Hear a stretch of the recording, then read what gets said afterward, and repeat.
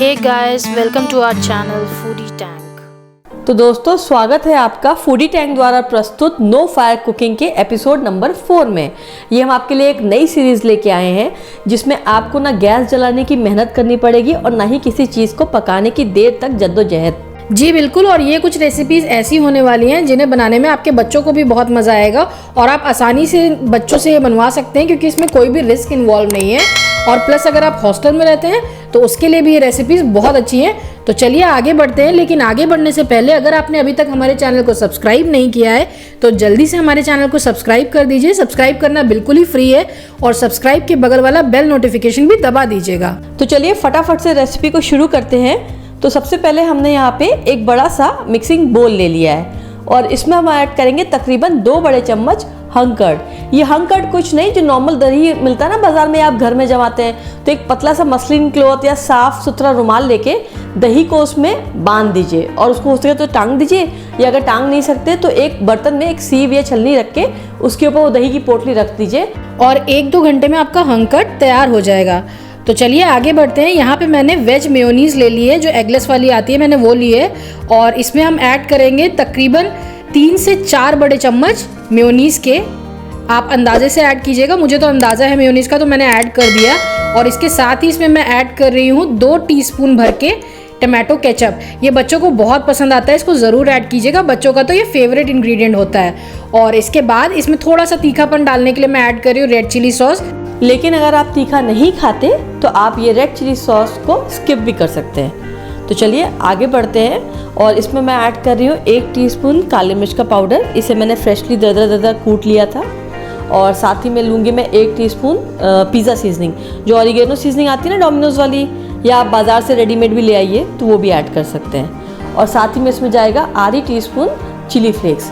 ये भी अगर आप अगेन तीखा नहीं खाते तो इसे स्किप कर सकते हैं, कोई दिक्कत नहीं है। और सबसे आखिर में जाएगा नमक स्वाद अनुसार। और इसके बाद हमें क्या करना है, इसके बाद इन सारी चीज़ों को हमें अच्छी तरीके से मिला लेना है। यहाँ पे मैं एक सिलिकॉन स्पैचुला का इस्तेमाल कर रही हूँ इन सारी चीज़ों को मिक्स करने के लिए। अगर आप चाहें तो आप यहाँ पे विस्क का भी इस्तेमाल कर सकते हैं और इसे एकदम अच्छी तरीके से आपको मिक्स करना है। देखिए मेयोनीज तो पहले से ही स्मूथ है और बाकी सारे सॉसेस भी स्मूथ है, लेकिन क्योंकि हमने इसमें दही का इस्तेमाल किया है तो उसमें थोड़ी सी फुटकियाँ होती है, तो उसको अच्छी तरीके से आपको मिलाना पड़ेगा। ये देखिए किस तरीके से एकदम स्मूथ सा पेस्ट बन के तैयार हो गया है। तो देखिए सब कुछ कितनी अच्छी तरीके से मिल गया, क्या शानदार रेसिपी का मेयोनीज का बेस बन के तैयार हुआ है। तो अब इसमें हम ऐड करेंगे कुछ सब्जियां।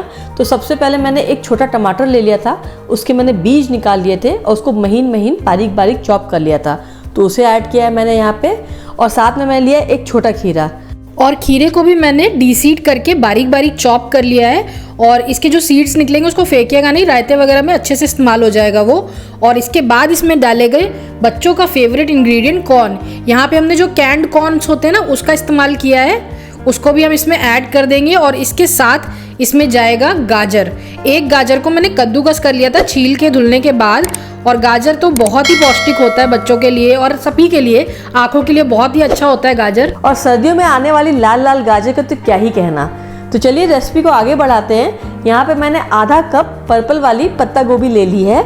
अगर आपको ये वाली ना मिले तो आप नॉर्मल वाली बंद गोभी का भी इस्तेमाल कर सकते हैं। तो इसे मैंने महीन महीन बारीक बारीक काट लिया था, तो उसको भी हम इसमें ऐड कर देते हैं।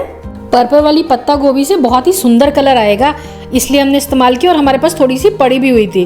तो चलिए आगे बढ़ते हैं। और अब हमें क्या करना है, इन सारी सब्जियों को जो हमारा मेयोनीज का बेस था उसके साथ बहुत अच्छी तरीके से मिक्स करना है।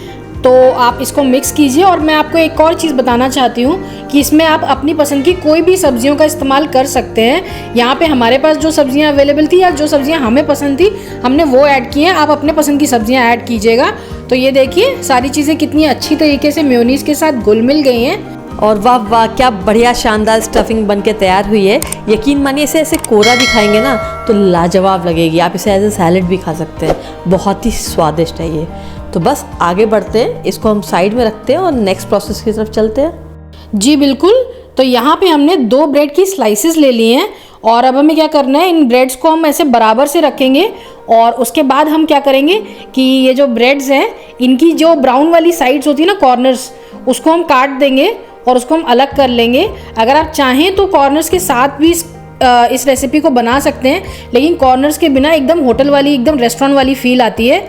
जी बिल्कुल, और फूडी टैंक भी आपसे यही कहेगा कि इसे ब्रेड की साइड्स निकालने के बाद ही बनाइए, तो आपकी ये रेसिपी बिल्कुल मेल्ट इन माउथ बनेगी, बहुत ही क्रीमी बनेगी। तो चलिए ये देखिए, मैंने इस बातों में सारे तरफ से साइड्स काट लिए हैं, और ये साइड्स फेंकिएगा नहीं, क्योंकि फूडी टैंक के किचन में हम कुछ भी वेस्ट नहीं होने देते। जी बिल्कुल, इन साइड से आप ब्रेड क्रम्स बना सकते हैं। अगर आपको उसकी भी रेसिपी चाहिए तो हमें कमेंट करके बताइए। तो चलिए आगे बढ़ते हैं, और ये देखिए मैंने दोनों ब्रेड्स को इस तरीके से अलग अलग रख लिया है, और अब जो हमने स्टफिंग बनाई थी उसको हम स्प्रेड करेंगे एक एक करके दोनों ब्रेड्स के ऊपर, इस तरीके से पूरी तरीके से फैलाते हुए इसको हम ऐड करेंगे इसके ऊपर, ताकि कॉर्नर टू कॉर्नर ये भर जाए। और ये देखिए एक ब्रेड हमारी रेडी हो चुकी है। तो चलिए आगे बढ़ते हैं, और हमारी जो दूसरी वाली ब्रेड थी उसमें भी हम स्टफिंग को स्प्रेड कर लेते हैं। देखिए इस तरीके से बहुत ही अच्छी रेसिपी बन के तैयार हो रही है। आप इसको खा के देखिएगा, बच्चों को बहुत पसंद आएगी, और बच्चों को सब्जियां खिलाने का ये बहुत ही अच्छा तरीका है। जी बिल्कुल, बच्चों को तो आप टिफ़िन में रख के भेजिए ये सैंडविच, यकीनन आपका टिफ़िन का डब्बा खाली आएगा, ये फूडी टैंक गारंटी लेता है। और अगर आप मील प्रेप करते हैं ना, तो इस स्टफिंग को आप पहले ही बना के, अरे ये क्या हो, ये देखिए यहाँ पे टिगू के पैर आए हैं, लास्ट रेसिपी में उसकी पूंछ आई थी। बहुत जल्दी हम पूरे टिगू से भी आपको मिलाएंगे। तो रेसिपी को आगे बढ़ाते हैं। तो मैं आपको क्या बता रही थी कि मील प्रेप अगर आप करते हैं तो ये स्टफिंग 1-2 दिन पहले बना के रख लीजिए, ये आराम से 3 दिन फ्रिज में चलेगी, कोई दिक्कत नहीं है। और जब भी सैंडविच खाने का मन करे, ब्रेड निकाली, स्टफिंग निकाली, सैंडविच रेडी। और ये देखिए दोनों ब्रेड स्लाइसेस को हमने कवर कर दिया है, और हमारे 2 सैंडविच बनके रेडी हो गए हैं। तो अब मैं क्या कर रही हूँ, अब मैं एक चाकू की हेल्प से इसे 1/2 कर लेती हूँ। आप चाहें तो आप इसे ट्रायंगल शेप में भी काट सकते हैं, या फिर आप इसके छोटे छोटे 4 स्क्वायर्स भी बना सकते हैं। बाइट साइज पीसेस होंगे, बच्चों को खाने में बहुत मज़ा आएगा।